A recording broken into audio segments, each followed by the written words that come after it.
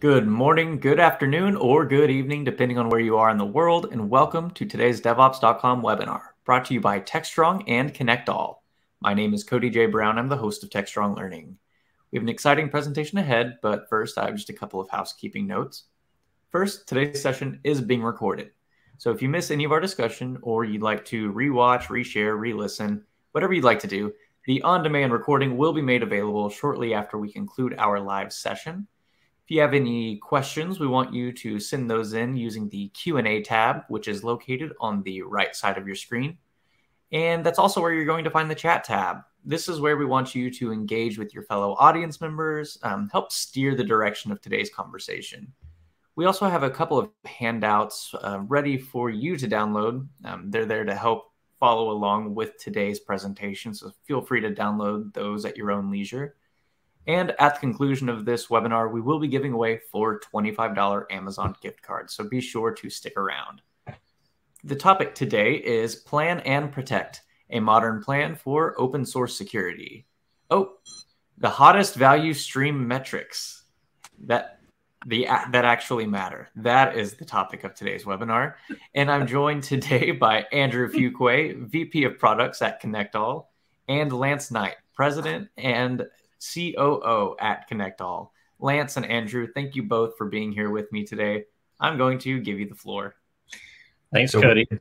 We could talk about Plan and Protect if you want. We can try that, but it's being recorded. I didn't know it was going to be recorded, so I'm not sure I want to proceed anyway. I don't know. I'm out. Well, okay, we'll do the hottest value stream metrics that actually matter, and there's nothing like enthusiastic marketing to set the bar really high at the start of the webinar. It might have been better to do the other topic, but here we go. So, when I think of what's really hot, what's really hot right now, what do you think, Lance? What's the hottest metric? Put you on the spot. Well, I think that it's going to be DevSecOps metrics. Oh, DevSecOps. Yep, that's hot. That's hot. I think what's really hot right now is flow metrics. Flow metrics, they're really, really smoking hot. But, if you think back just a minute ago, what was really hot was the DORA metrics. Those DORA metrics, boy, those were all the rage. Everybody was talking about it. And before that, it was, there's the DevSecOps stuff. Yeah, that's hot. But there was also the Kanban stuff, cumulative flow diagrams and lead time. That was the bomb. Before that, what was before that, Lance? I'm going to put you on the spot again. Before Kanban, the hot thing?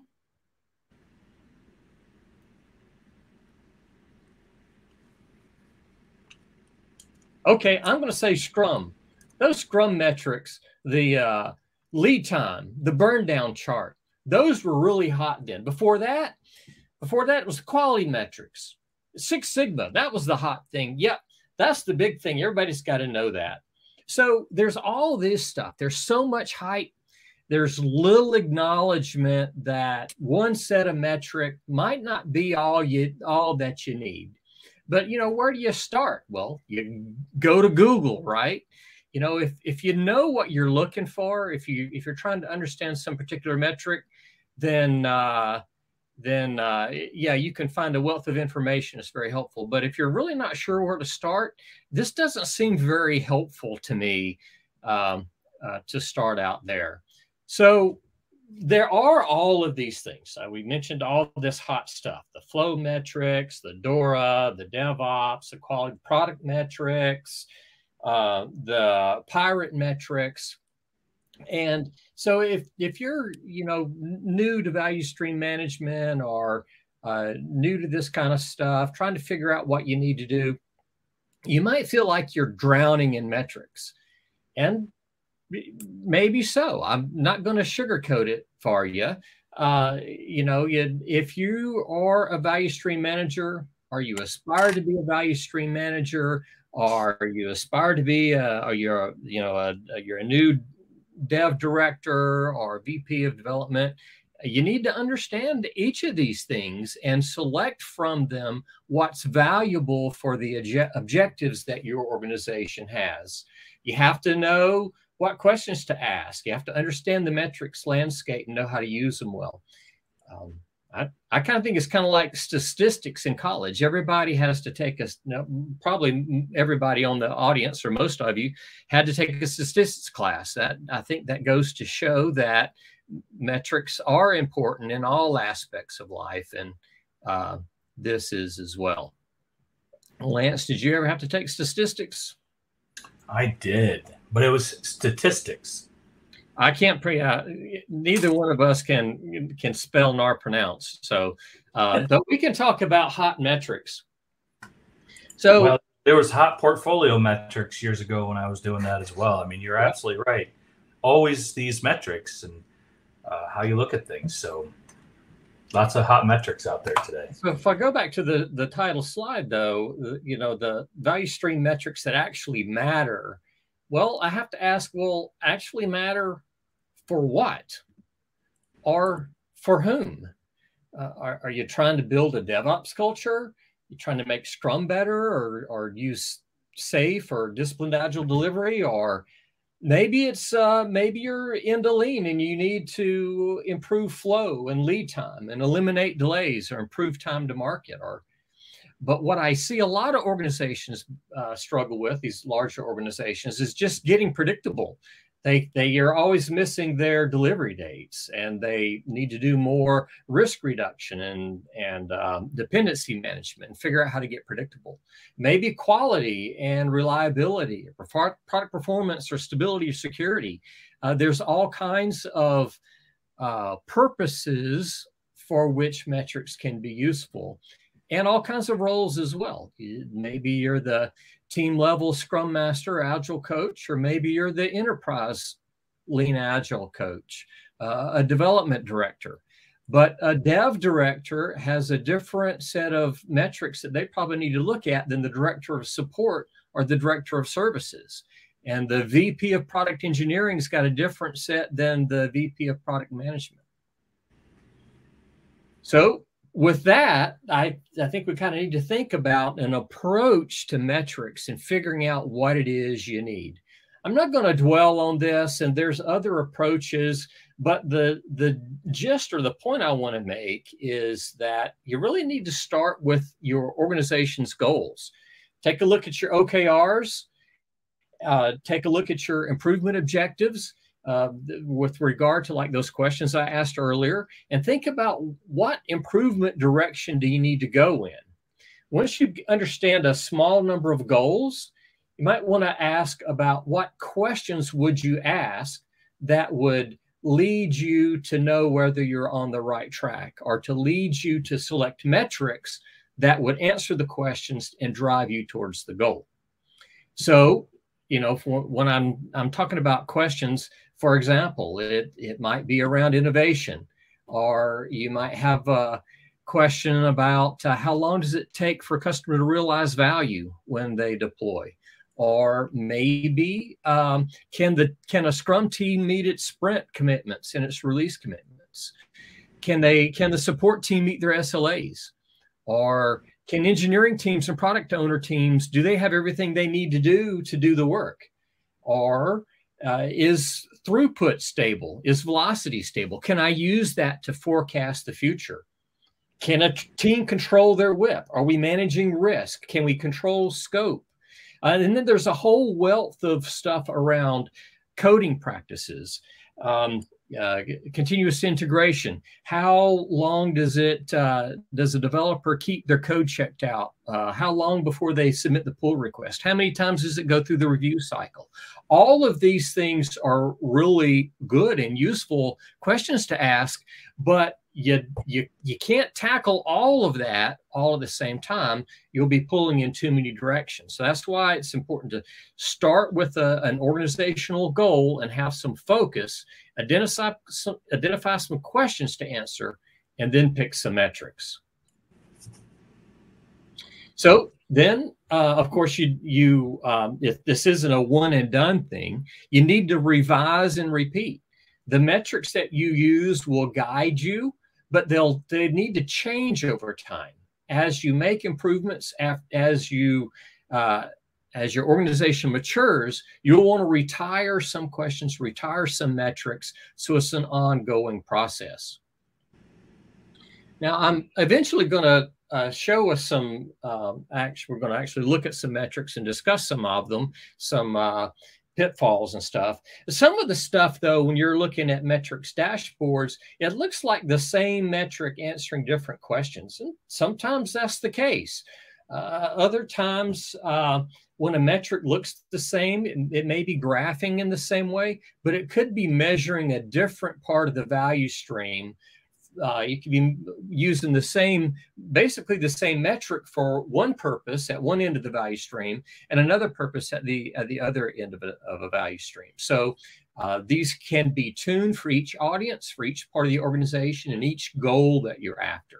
So, for example, you might use cycle time in the upper half of the value stream to tune the product management, product ownership, user experience, prioritization side of the value stream. And you can use it at the DevOps, in the DevOps arena, to tune the delivery portion of the value stream.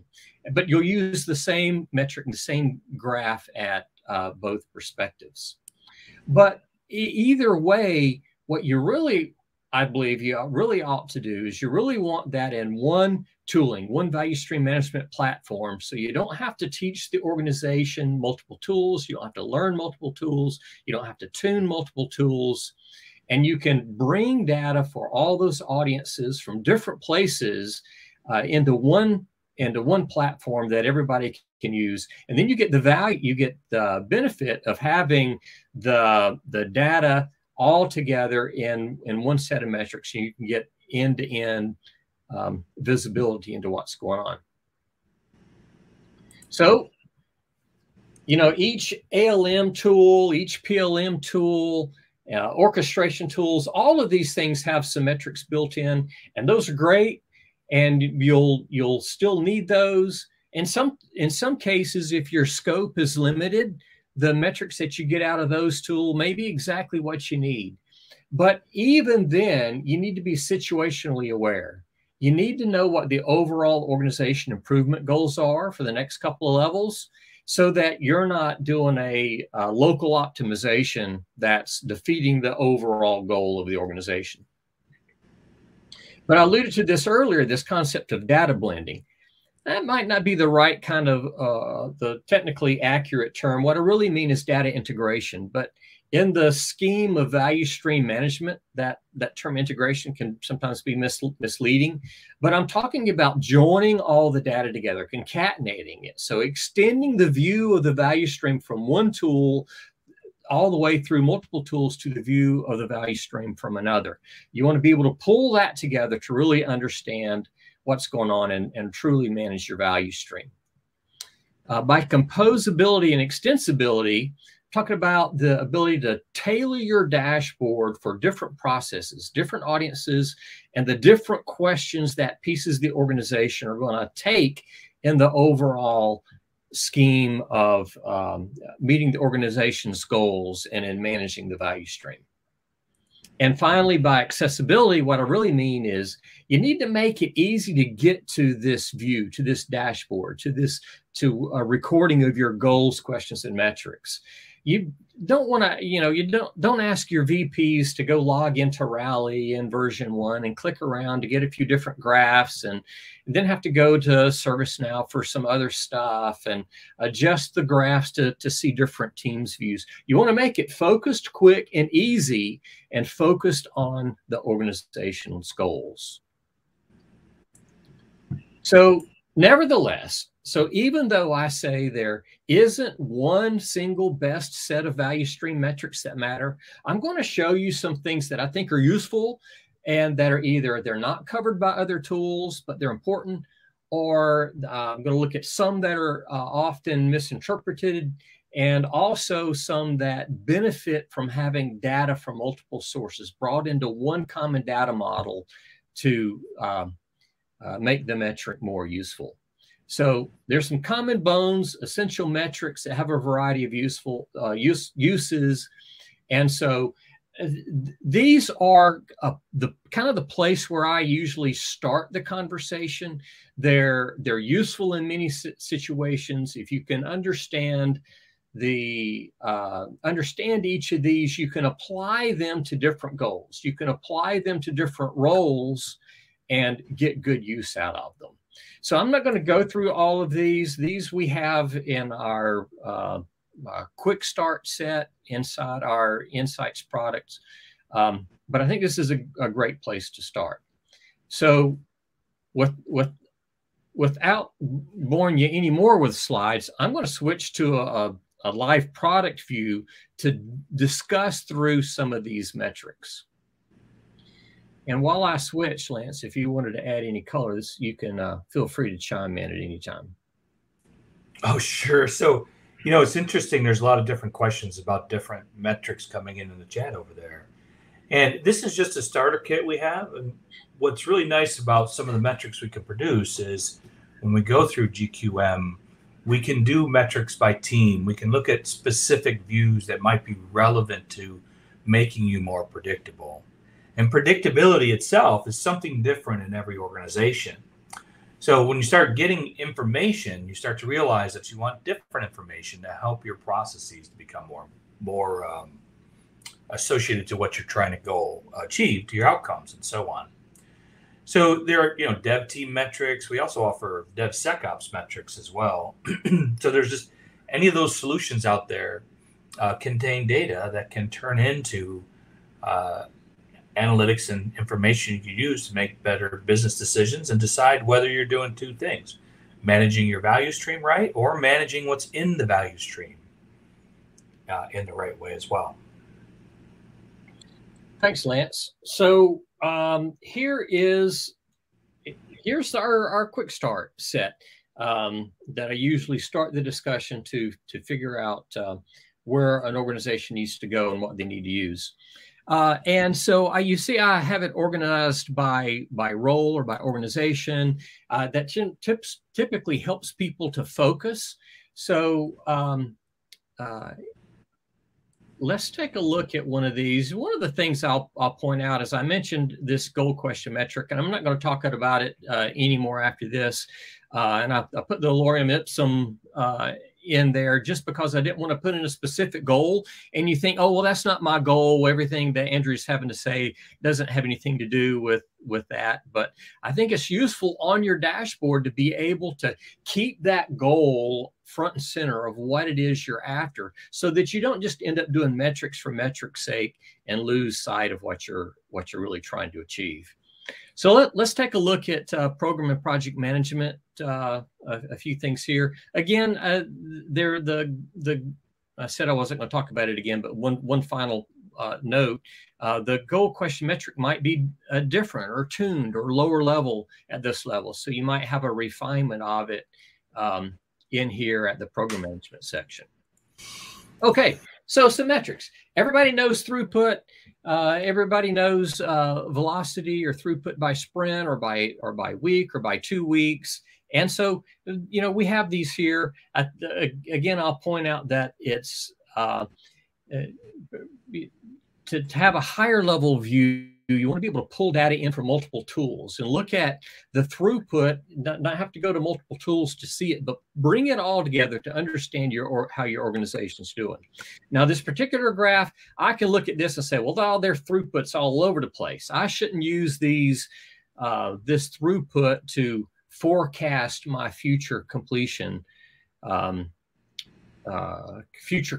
date. Now, sometimes though, I can look at a throughput chart and I'm not really sure, is that throughput stable, or does it have too much variability? So in my dashboards, I include a measure of throughput variation. In this particular case, we can see that this is basically the standard deviation divided by the mean, but it takes basically takes the scale out of it so that you can compare a couple of teams or compare a couple of situations and say, can I use this data for forecasting? Now, if this number is 0.2 or smaller, yes, your variation is low, and you can use that for forecasting. If it's 20 to 30, yeah, tread carefully. If it's above 30, you know, that's probably, if you need predictability, if you need to do forecasting, that's probably the first thing to do, is to understand why your throughput is all over the place. So this throughput variation, I don't see other folks use this, but it's a critical measure to help you read your throughput chart or your velocity chart. So that's why I like to include it. So I thought I'd point it out today, so that you'd know. All right, flow load. This is one of those flow metrics. Everybody's really hot on flow load. Oh man, it's fantastic. And it can be useful. And so how do you read this? Somebody might look at this and say, well, the blue bar is stories. Here's my key. And the story bar is getting better. So we're working on more stories. The defect green area down here at the bottom is getting smaller. So we're doing fewer and fewer defects. So maybe quality is getting better, and I'm able to put more effort into stories. But then you look and say, well, the risk bar is getting a little more narrow. So maybe I'm not doing risk management like I ought to. And technical debt, that seems kind of thin. Maybe I should be investing in technical debt a little bit more. And so that's like the default reading of flow load that you would normally hear. And it is valuable. And if you're a new product, a new organization, you know, there's a good prescription of how you might want to allocate your effort against those 4 areas. If you're a more mature product, you might want to allocate a little bit more, a little differently. But the problem with this particular graph is that what may be really going on here is that they just have too many stories. They're working on too many stories, and they're moving really, really slow. The defects are moving really, really quickly. So at any given point in time of the measurement, there's not a whole lot in progress. So that's the real problem. So the point I want to make here is that understand the metrics that you're using. Really understand how to read them, and challenge somebody. If they're giving you their reading of the metric, make sure you understand that they're not trying to use the metric for, you know, incorrectly or for a bad purpose. I know no one here would do that, but it does happen. Escaped defects. I'll talk about one more of these in this section, and then we'll move on. Escaped defects. An escaped defect is a defect that escaped the process. It should have been caught in the development phase, but it was caught by some later testing phase. And then, of course, if it escapes that as well and gets all the way into production, we call it a production bug. So this useful graph, important to understand, and then evaluate, is this level of escape defects okay? Or is this level of production defects okay? Where do I need to focus my effort first? Should I reduce one of them, or should I focus on the other? So these kinds of things are, this is a good place to start, helpful metric, and a useful tool. So let me go, you know, after that, what's probably going to happen is, if this is like the project manager or program manager, the next place they're going to go is to the Agile manager or the engineering manager. They're going to start asking questions about, you know, what do we do? What does this stuff mean? And how do we improve the situation? So the Agile manager, he might want to go look for bottlenecks, understand what is slowing down progress or making things take so long. Now, this is a very common chart. You see it in a lot of tools, and this is how they show bottlenecks. It's basically the average time in each state. And so if I was looking at this, where might you think we need to go look? I would think I'd go look at the 2 red bars. Of course, red draws your attention to that. And so these must be where the bottlenecks are: testing deferred and this approved state, whatever that is.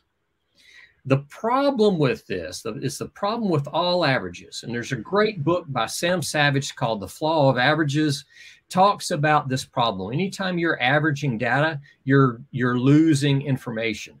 So in this particular case, 2.2 weeks, that's a little bit more than 14 days. So I prefer this other chart for looking at bottlenecks. I have duration on the x-axis, and there's the 15 days. I have the number of tickets that went into that on the y-axis. So if I look at this dot right here, testing deferred, only 8 tickets. So I don't really need to go spend time trying to tune my process or improve my value stream for 8 tickets. Where I really need to focus is this 222 tickets that are in the approved state. That's where I need to focus. Also, anything that's up here at the top, I might want to look at each of those states. What's this one over here? This one is NQA. Well, if I look at this other chart that most people use, NQA, it looks green. Doesn't look bad at all. It's in the middle of the list, but all tickets go through that. So if I can save an hour for all tickets, if I can save half an hour, if I can save half a day, then I can really have a big benefit.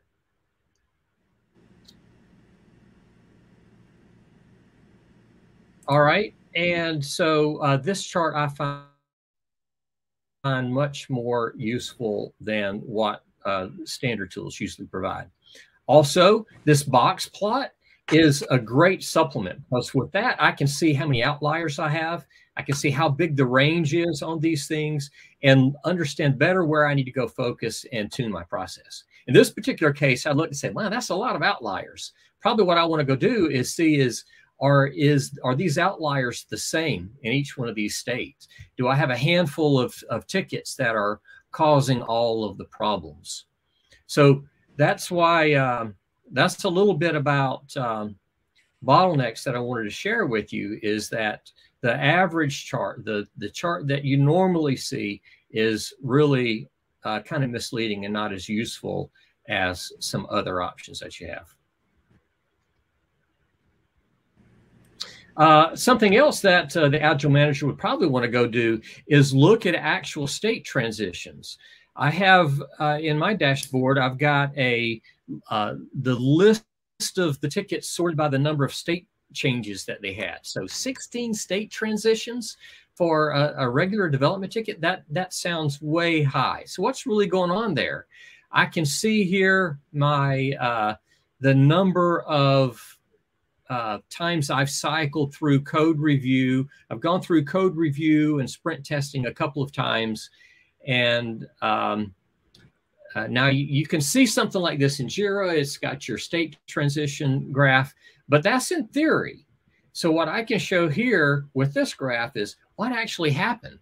Or I might want to, I could click on a different one and see the state transition and evaluate that for different tickets. This one went 2 times through this code review in progress loop, and it went to testing block 3 times. What in the world's going on? Is there something I can do to my process to improve that kind of situation? So these are some things that you don't normally see that I thought that's valuable to highlight. And so that's why I wanted to show you those.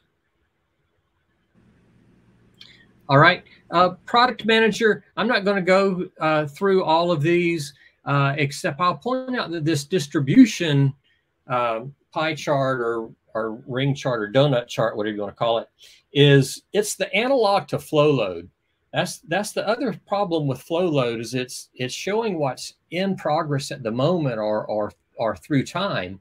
But you might want to look back and see, well, what have I done over the last quarter? How does it compare to the quarter before? Product managers typically have some kind of not only are they trying to balance the prioritization amongst these categories, bugs, stories, technical debt, and risk, but they may also have investment themes. They may also have a target investment allocation that they're trying to hit. 25% on UI improvement, 25% on features, 25% on bugs, and another 25% on whatever, some other corporate goal. And so this kind of a graph is helpful to a product manager to see what we've actually done, and is a perfect complement to the flow load graph. Of course, other stuff they may want to look at is the oldest bugs, or their bugs that are being ignored or are being missed. Of course, you can go look in a tool to do that, but it's helpful to have a focused dashboard for the product manager to use. And particularly if you're pulling data in from multiple tools, it helps to have all of the a combined set into one graph to focus on. Okay, that's product manager. Now here's the DORA. Everybody understands the DORA for deployment frequency, change fail rate, mean time to recover, and mean lead time for changes. But on this deployment frequency, usually it's expressed as a rate, you know, so many per day or so many per week. I like this expanded graph. I want to see that, actually see when the deployments are happening. And I can see from this chart that I've got one team that's deploying, what I put on the y-axis is the number of items in that deployment. So that I've got one team that's making big releases infrequently, whereas other teams are doing smaller releases more frequently. And maybe if DORA is the thing that we're trying to do, we're trying to go to more frequent releases, I can identify that team and work to improve the process that they're going through, or their approach, or their delivery speed. So that's why I like this kind of graph. And let me point out another problem with averages. The DORA metrics have this mean lead time for changes. And so if you publish that, your executive's going to look at this and say, oh, great, we can get improvements in about 2 weeks. Fantastic. But the problem is that's average. Half the time that your executive's going to be disappointed. It's not going to happen in 2 weeks. So every time I present something with a mean, in particular mean lead time, I also show the 80th percentile lead time expectation. The way you read this is 80% of the time, this team gets enhancements done in 4.6 weeks. It's quite a bit different than 2 weeks. But this sets an expectation of truth. And businesses can make plans based on that. 80% of the time, okay, I can accept that. And you might want to be 70% or 85% or whatever, but this kind of graph helps set expectations properly. Now let me show you another problem with these DORA metrics, the mean lead time for changes.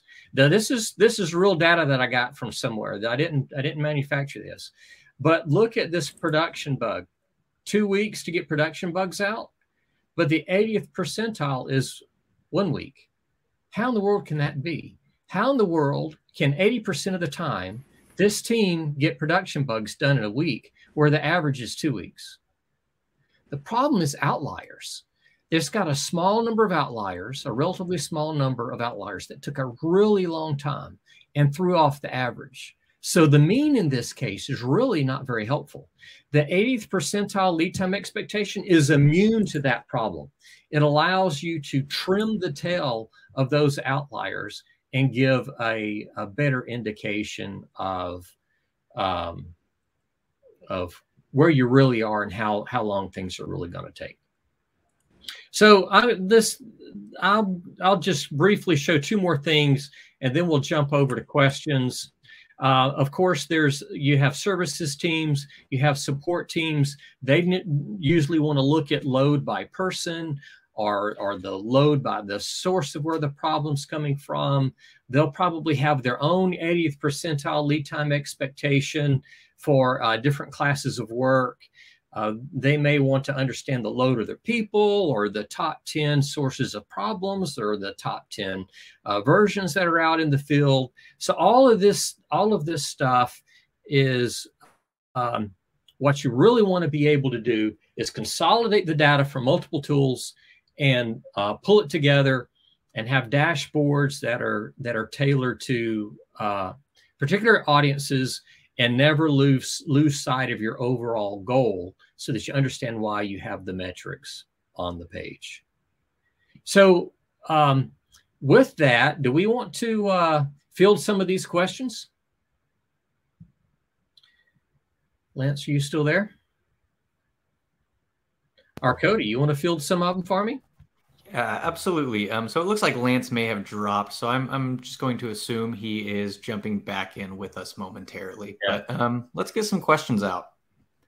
So this first question reads, which security metrics should we look into?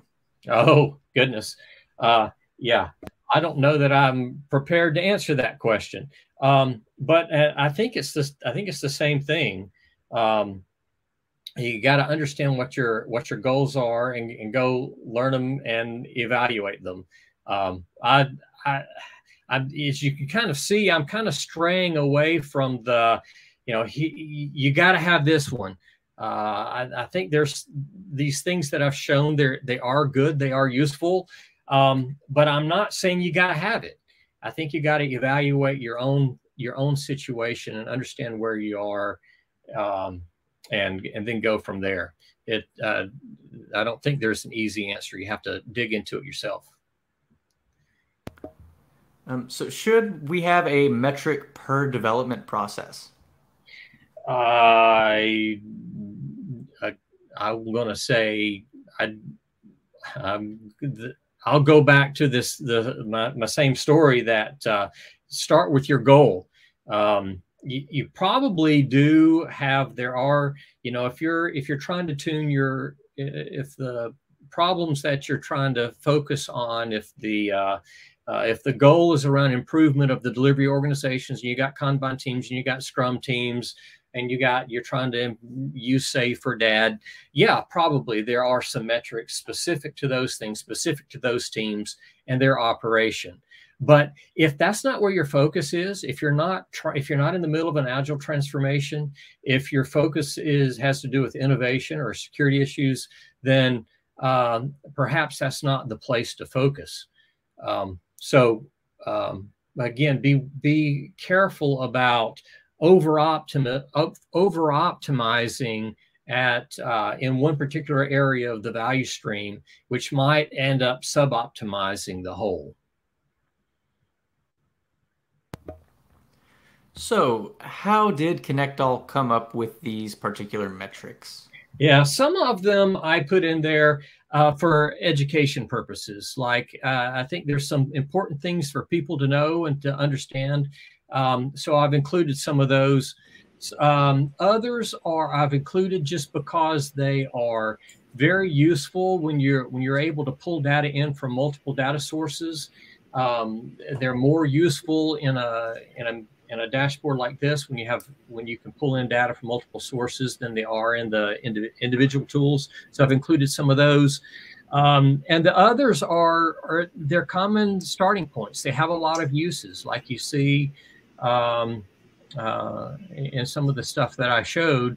I might have stuff in multiple areas, looking at the program and product management end, as well as the team end of things. So they're common, they're useful, or they have some educational component, or there's something, or like the velocity variation I include in the 80th percentile because nobody else does, but it's useful and people need to know about it. So it's a multitude of reasons why we included them. Hey, sorry, my computer died and I joined back. But, we went through a whole kind of organizational thing, and we're constantly looking at the most valuable thing to add for the metrics that we offer right out of the box. And There's other dashboards and things where we offer metrics. Like I was talking about the DevSecOps metrics earlier. We offer a hierarchical view. See, the power of platforms like ours is we can connect all those tools. And by creating a really unique common data model, we can then get all kinds of information and allow you to make great business decisions. And we created the starter kit so that, within a couple days, you can hook up your, connect to your tools within ConnectALL and then start seeing metrics start to accumulate, data for metrics so that you make those business decisions quickly. And then you can expand to thinking about what other things may I have that the starter kit doesn't, and you can grow out from there. So we want to get you the value really quick with maybe just the flow metrics or the portfolio or the DORA markers, depending upon what you're connecting into the platform, and then go from there. And we have a particular point of view on a bunch of different metrics that are really important depending upon the clients that we talk to and their need.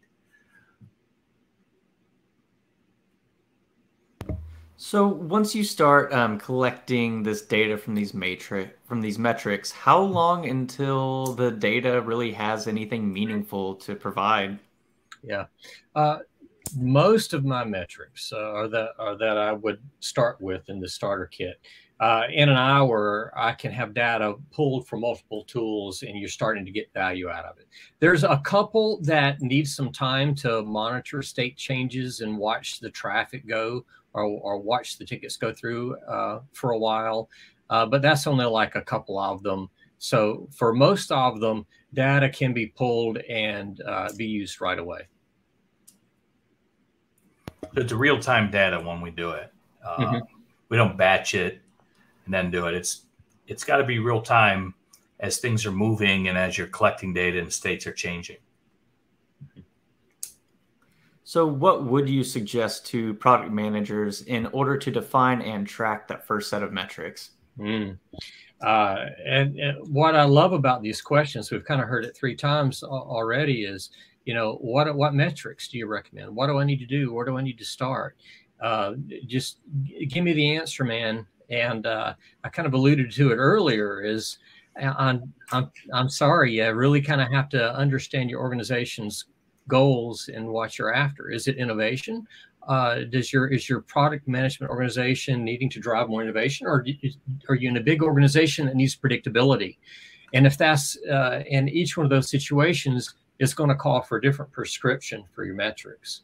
So if you're in charge of a piece of the organization, if you're a value stream management or kind of have that role of responsibility, you kind of have to understand the set and start with that goal or organizational objective, improvement objectives. Have conversations with the rest of leadership and make sure everybody's pulling in the same direction.